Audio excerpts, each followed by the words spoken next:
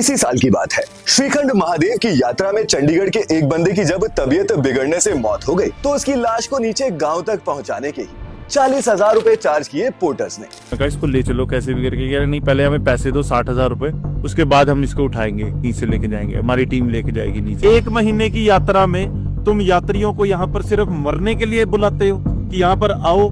मरो, किसी चीज में फंसो और पैसा दो और तब भी ना बचो। वहीं मनी महेश यात्रा के रास्ते में जब लैंडस्लाइड हुई तो हजारों लोग कई दिनों के लिए चंबा में ही फंस गए और इन सभी को अपनी गाड़ियां और बाइक से वहीं छोड़कर 80-90 किलोमीटर पैदल चलना पड़ा। तब जाकर ये अपने घर के लिए कोई बस या गाड़ी पकड़ पाए। श्रीखंड महादेव हो या फिर मनी महेश या फिर किन्नर कैलाश की यात्रा, बरसात के दिनों में होने वाली इन सभी पहाड़ी तीर्थ यात्राओं के दौरान हर साल दर्जनों लोग अपनी जान गंवा बैठते हैं, जिसका कारण कुदरत के रौद्र रूप के अलावा इन यात्राओं की होने वाली मिसमैनेजमेंट है। अब एक तरफ तो वैष्णो देवी, केदारनाथ और अमरनाथ जैसे बड़े तीर्थ हैं और हर कुछ किलोमीटर पर सीआरपीएफ पोस्ट, मेडिकल कैंप्स, भोजनालय और इवन हेलीकॉप्टर इवैक्यूएशन तक की फैसिलिटी मिल जाती है। अथॉरिटीज भी प्रॉपर मॉनिटरिंग करती हैं कि कितने पिलग्रिम्स आ जा रहे हैं और अगर कोई इमरजेंसी हो जाए तो मिनटों में रेस्क्यू टीम पहुंच जाती है। वहीं हिमाचल प्रदेश के इन छोटे छोटे गांव से शुरू होने वाली इन कठिन यात्राओं में यहाँ आने वाली भीड़ को मैनेज करने के लिए इंफ्रास्ट्रक्चर होता ही नहीं। इसीलिए बरसात के सीजन में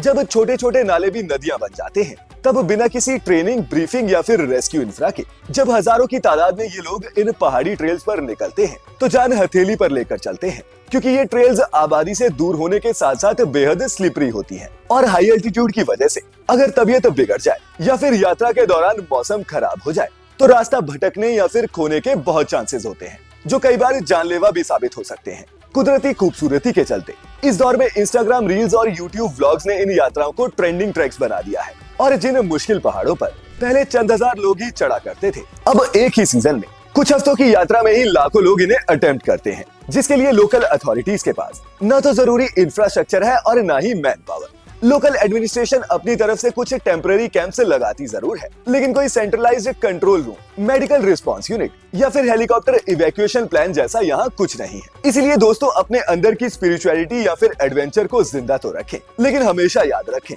कि बिना प्रॉपर मैनेजमेंट के ये कॉम्बिनेशन डिजास्टर भी बन सकता है। अब इन सभी ट्रेल्स पर वैष्णो देवी या फिर अमरनाथ यात्रा जैसी फैसिलिटीज देना तो सरकार के लिए भी पॉसिबल नहीं, लेकिन कुछ चीजें करके इन बाकी यात्राओं को भी आसान बनाया जा सकता है, जैसे यात्रा के दौरान प्रॉपर और इफेक्टिव मॉनिटरिंग करके और हर कुछ किलोमीटर पर परमानेंट शेल्टर्स बनाकर, जहां ऑक्सीजन, बेसिक दवाएं और सैटेलाइट फोन जैसी चीजें मिल जाएं। जनता को भी जरूरत है कि बिना तैयारी के ऐसी यात्राओं पर न निकले और अपने साथ proper shoes, rain proof jackets और मेडिकल किट जैसी चीजें जरूर कैरी करें।